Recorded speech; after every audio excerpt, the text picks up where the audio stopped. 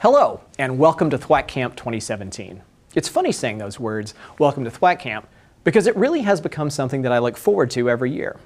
Maybe it's meeting so many of you in person at SolarWinds user groups, or when you stop by to say hi at shows like Cisco Live or DevOps Days, or maybe it's just how familiar your THWACK handles have become after 6 years hosting this virtual community event.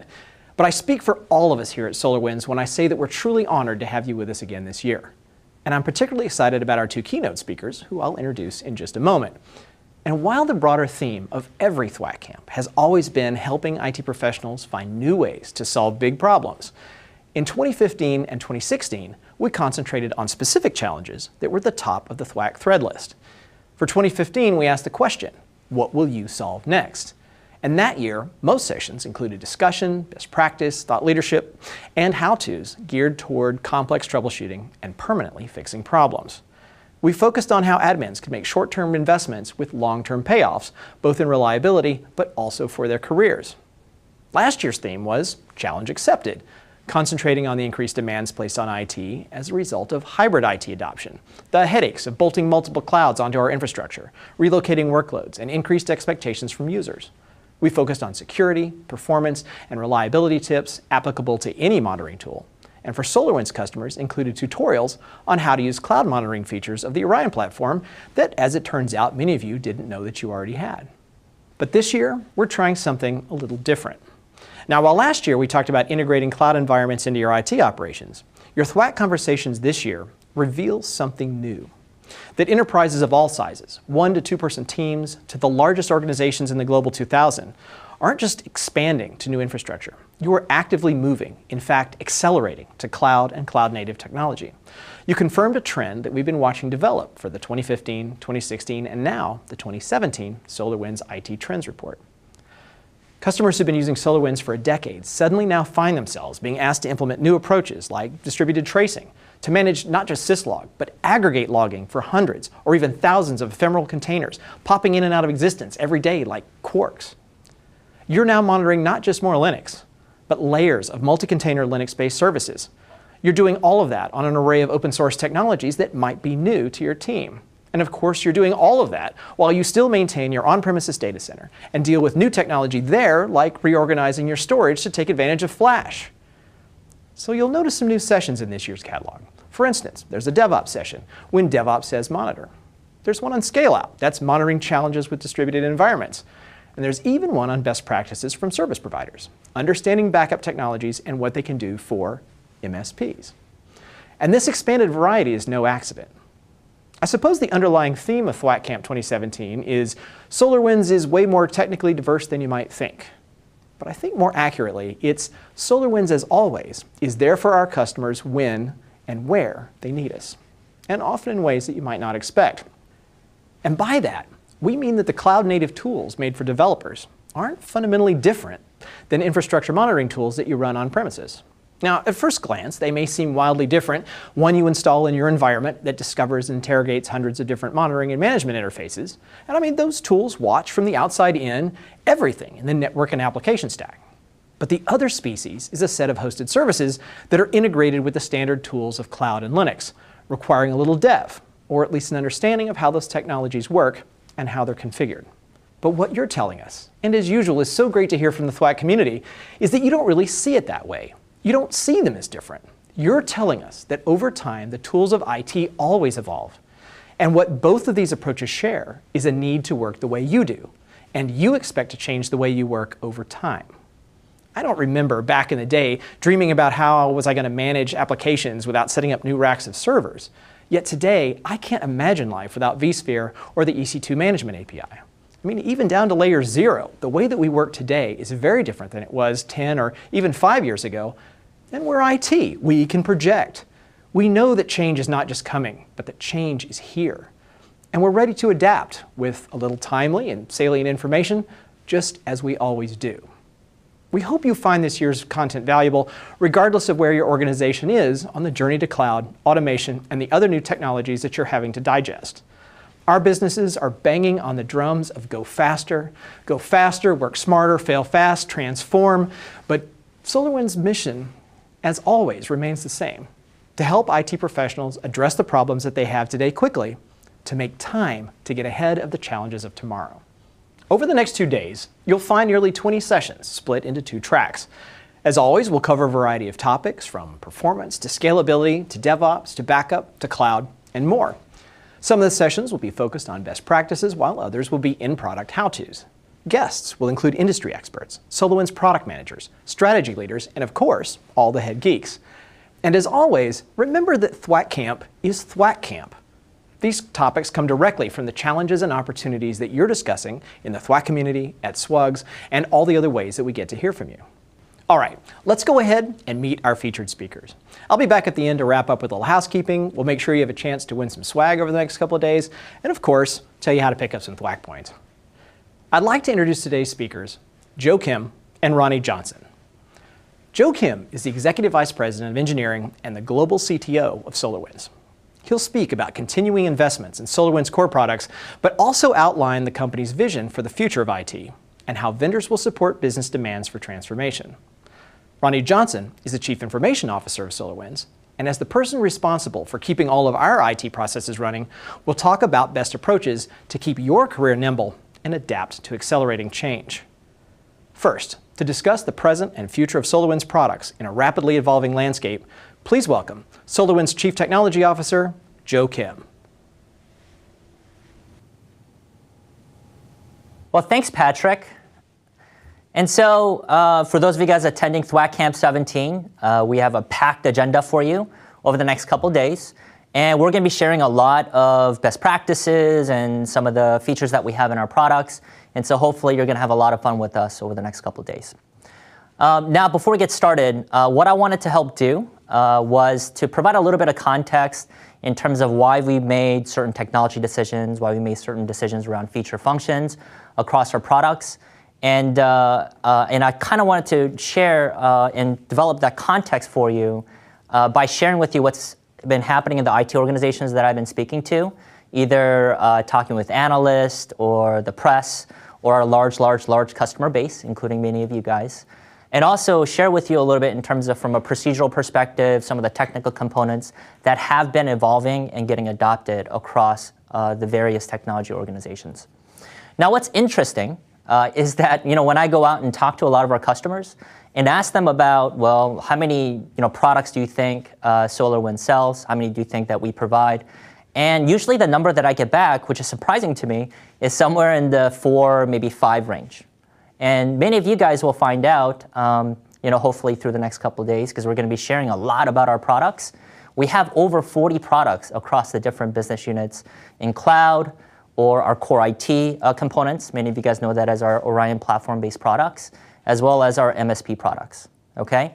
And so, again, the context that I want to set is really around why are we now starting to expand out and looking at all of these product sets and why that is really helpful for you, okay? And so, no matter who you talk to, and I'm sure, you're reading up on a lot of articles around technology as well, there's a lot of words that are being thrown around out there, be it cloud native applications or things that are related to big data, be it Hadoop or HDFS or machine learning or deep learning, those type of concepts. And although a lot of these disruptions are happening from an IT organization and really for our customer base, the IT practitioner and the professional, the biggest change that's really coming down to is really one single thing. And that one single thing is that because of these disruptions and the importance of technology, the fundamental relationship between the business and their internal IT departments have changed, okay? And the reason for why a lot of these things are happening is because sort of the way that businesses make money and sort of how they transact with their customers are no longer just face-to-face. A lot of this stuff is now happening over either your mobile phone, right, or your tablet, or maybe on a laptop, because now it's much more digitized, okay? And having capabilities around technology is now becoming not only a technical differentiation, but really a core business differentiation. And so unless you're in a software company like SolarWinds or some technology-based company, typically within that business, the most technical people are really going to be in the IT department, okay? And so this, although there's a lot of change going on, is a humongous opportunity for IT to be able to now, start becoming a little bit more interactive with the business for a long time. A lot of IT executives have wanted that kind of seat at the table with the business. And this is a huge opportunity for them to be able to do that.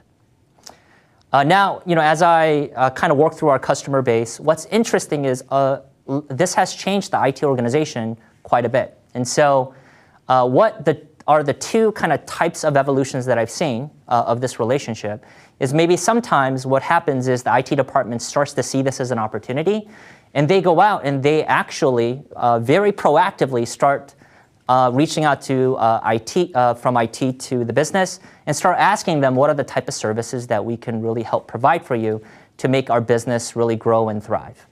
And so in a lot of those cases, what ends up happening is they start looking at how do I move away from some of the traditional stuff that I've done, which is still important. Those are things that I have to be able to do, but also be able to provide some additional services out there, maybe bursting out into the cloud or some of those kind of activities for the sake of the business. And so they're naturally starting to progress from just doing traditional on-premise IT activities to doing more hybrid type of activities, looking at the things that are on-premise as well as the things that are out in the cloud. And really making that shift from just, here's what we provide to you. I don't care if it has a 400-page manual that you have to read through, this is what you're going to have to use, to really becoming a partner and trying to create applications that are differentiated and things that are really easy to use for the business counterparts. And for those cases when, I don't know, maybe the specific capability isn't so differentiating, what these departments will do is they will actually selectively source, maybe getting some compute resource somewhere, for example, and they would find specific providers, service providers out there that might be able to take that work on because their scale is so much bigger that they might be able to provide that service cheaper to the business. And then the IT department really becomes almost like a service broker of the services that they provide internally that are differentiating, and then services that they've outsourced to other service providers. Now, there are situations as well when businesses would actually take the proactive approach, not from IT, but from the business, to go out and start decentralizing IT capabilities, right? And it's because a lot of times the IT department hasn't taken that initial step to become that partner, and because it's such an integral part, the technology differentiation, the digitization, that the business has no choice if they want to be able to survive to go out and actually make this change. And so a lot of times they will go out and take non-differentiated capabilities and maybe outsource that to a service provider and then look to decentralize a lot of the IT functions to where they believe that it should go. And so if there's IT components, let's say, where its primary function was really to help the finance department, instead of having a central IT department, that specific function will move over and report into finance. And you can see this happening not within finance, but also in other departments like marketing as well. So if you're doing some web dev work and you were previously with the central IT department, a lot of times that would get realigned back into the marketing department, okay? Now, if I rewind all the way back, right, about sort of why business needed to do this in the first place, it was really to be able to now create digital applications and services that's going to help them make money, right? And so kind of throughout this entire process, they still haven't been able to solve that issue. So a lot of times, they will actually go out and hire developers and DevOps type of capabilities to be able to rapidly produce this money-making application for their departments, right? But this is what the opportunity is for the IT department. And so before, you're with central IT, and kind of moving forward, because there's so much lack of resources that are out there that understand what and how technology works, it's a humongous opportunity for IT practitioners to be able to go out there and be able to fit the mold in any of these areas. Okay, and this is why it's important for us to be able to expand here in SolarWinds, because our promise really to you, right, our kind of brand promise and our mandate really is to be able to provide you, the IT practitioner, the IT professional, the ability for you to be able to solve everyday issues and kind of innovate around, to make your life easier. And that's why this kind of what's happening in IT organization is important for us, is because not only do we want to give you the capabilities for the stuff that you're really familiar with us, right, the 4 to 5 products that customers kind of call back to me when I say, what are the type of products that SolarWinds offers, but also provide capabilities and products and services in areas that are kind of in this other spaces as well, either kind of the web dev world and the web ops world and the DevOps world. So I don't know how many people know this, even actually within SolarWinds, But I originally started my career actually as a developer, and then at some point also running operations within an IT department. And what's always been kind of frustrating for me as I've been working with vendors and different technologies, as business is changing, because it's always changing, has been being this kind of constant frustration as things change. A specific vendor trying to tell me like where things need to get modified for me to continue on with that specific vendor, even if they don't have my best interest at heart. And what's really like exciting for me within SolarWinds is that we're not necessarily starting from a place where we're doing quote unquote traditional IT or hybrid IT or something that's happening in the cloud space. We're always looking for the problem that the customer has, the IT practitioner has every single day. And a lot of those things happen on-premise, and a lot of those things happen in cloud native. And in a lot of cases, it's like maybe I have on-premise stuff, but I want to be able to now monitor stuff that's actually out in the cloud, right? Maybe not the problem isn't I'm using both type of capabilities, but where I want to be able to consume that is maybe sometimes on-premise and sometimes out in the cloud. And so, all of these kind of innovations that we have to be able to introduce to our customer bases, a lot of times, depending on the strength of the specific company, they end up kind of gravitating naturally to that, right? Because they want to be able to make money.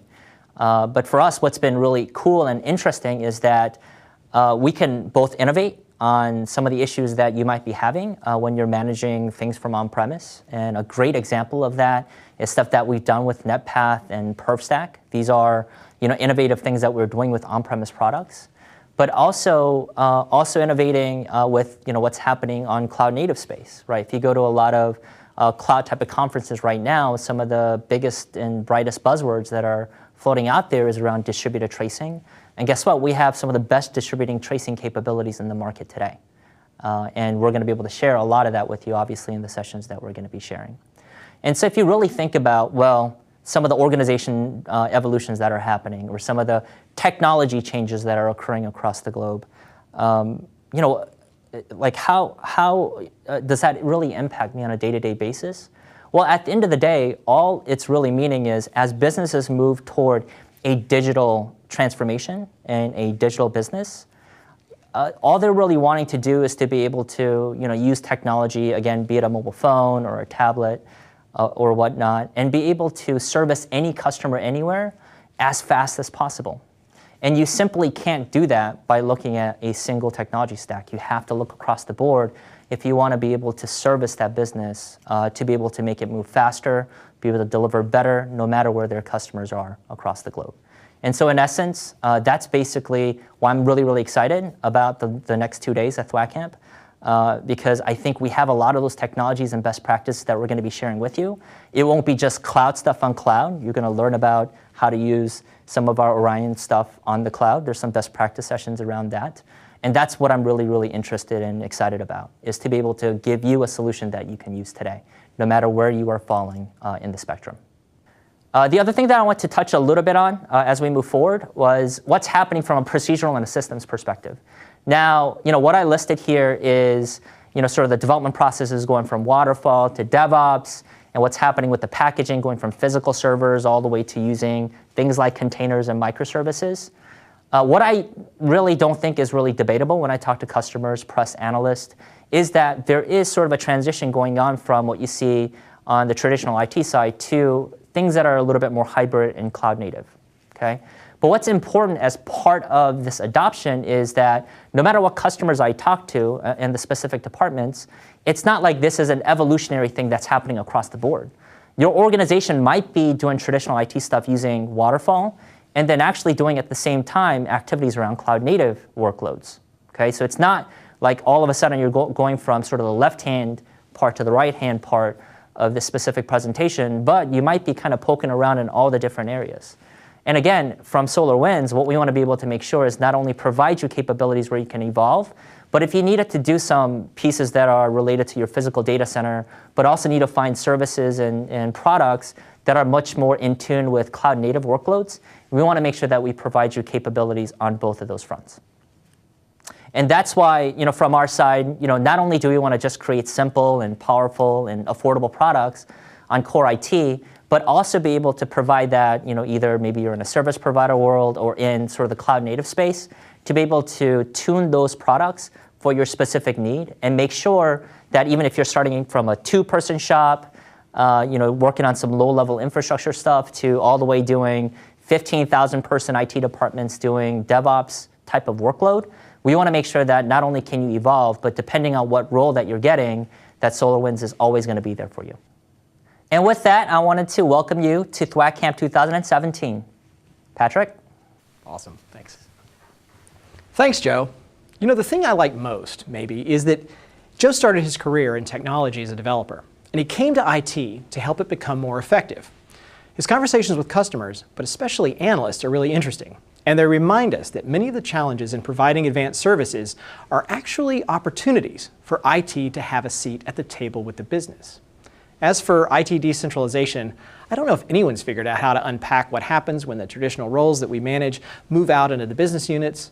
Our survey suggests, from IT pros like you, that it smacks of rogue IT, and operations definitely needs to be a part of that conversation. I think my takeaway is that as an enterprise moves to a digital business model, serving customers anywhere as fast as possible is going to require thinking of monitoring in new ways. Our final speaker is Ronnie Johnson, the Chief Information Officer of SolarWinds. Ronnie has developed a specialty of helping IT organizations adapt to change, not just to survive a new era in IT, but to emerge as a trusted voice that drives the business forward. To share some helpful advice on surviving the new age of IT, please welcome Ronnie Johnson.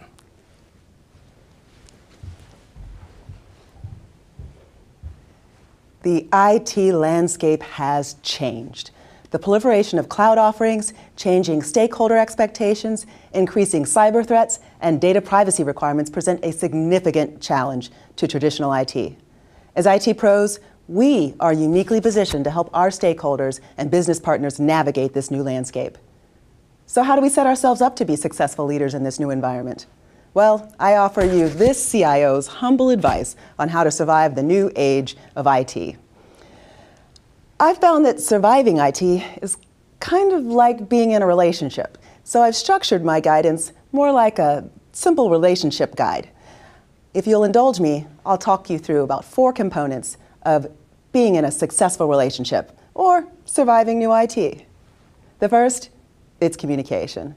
Second, it's putting your business partner's needs first.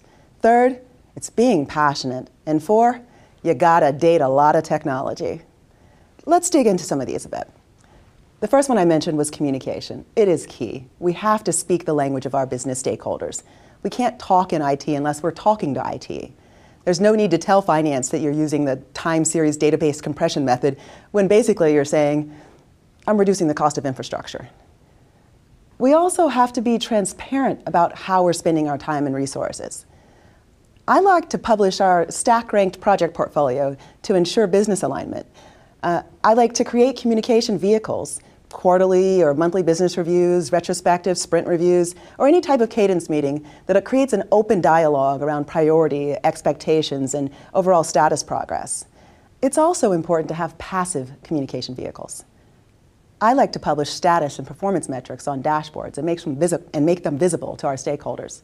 It helps hold us accountable. But kind of like on Facebook, it's reaffirming when your business partners post your relationship status.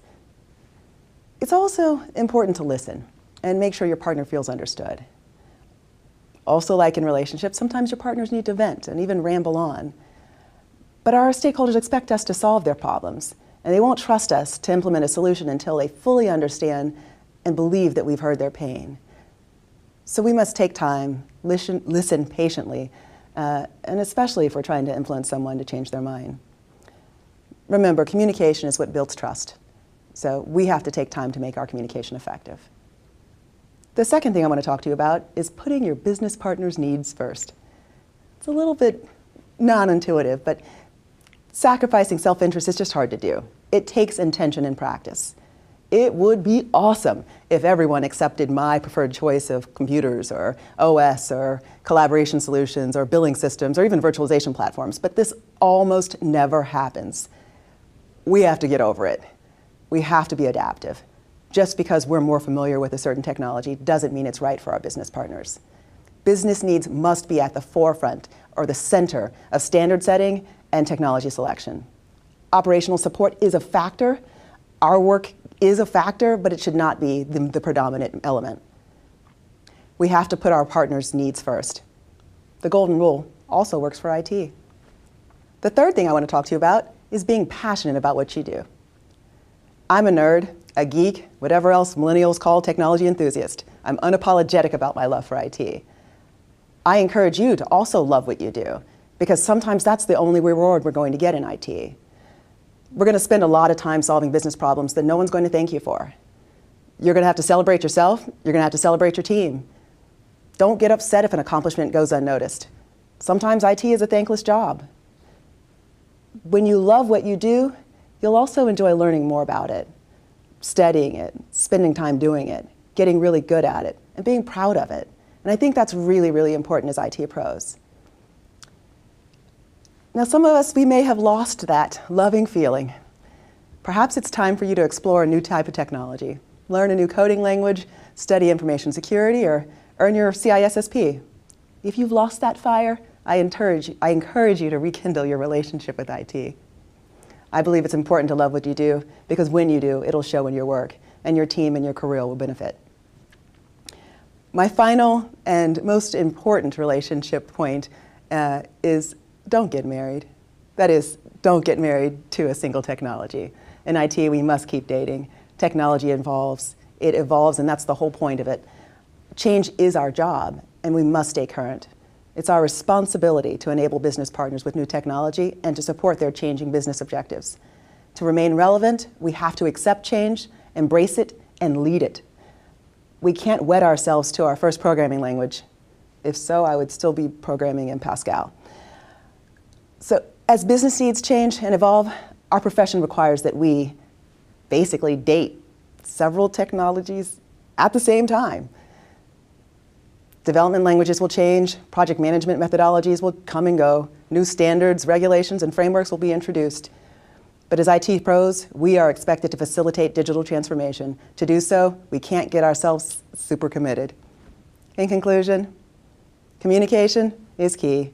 Put your partner's needs first. Passion is important, and don't get married. So whether you've never been in a relationship or you're challenged with navigating the new IT landscape, either way, I hope these tips have helped you. Thank you.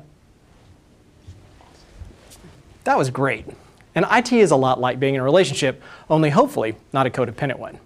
Learning to speak the language of your stakeholders, not just the help desk system, and a little bit of mindfulness about their needs goes a long way.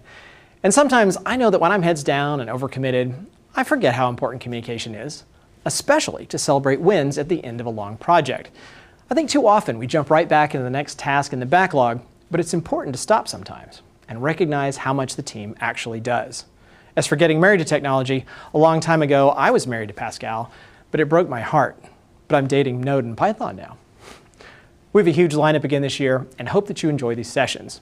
All of our speakers will be on chat during each session, and we encourage your questions and comments. It's a great opportunity to interact live with SolarWinds experts of all types, and of course, each other. The community chatter is always great. It's like instant THWACK posts in an open Congress. Geeky prizes and giveaways are back this year, which we'll be doing live between sessions. And for the first time, we're doing swag bags for everyone who attends. They'll be unlocked in the THWACK store after your second day. Check out the THWACKcamp page for all the details.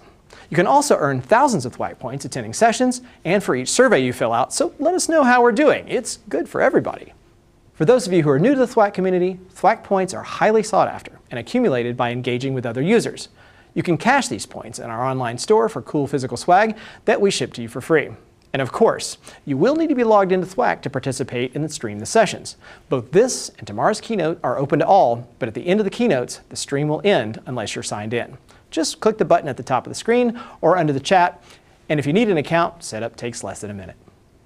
Thank you again for attending THWACKcamp 2017. It's a pleasure to hang out with you all, and we'll see you online in just a few minutes.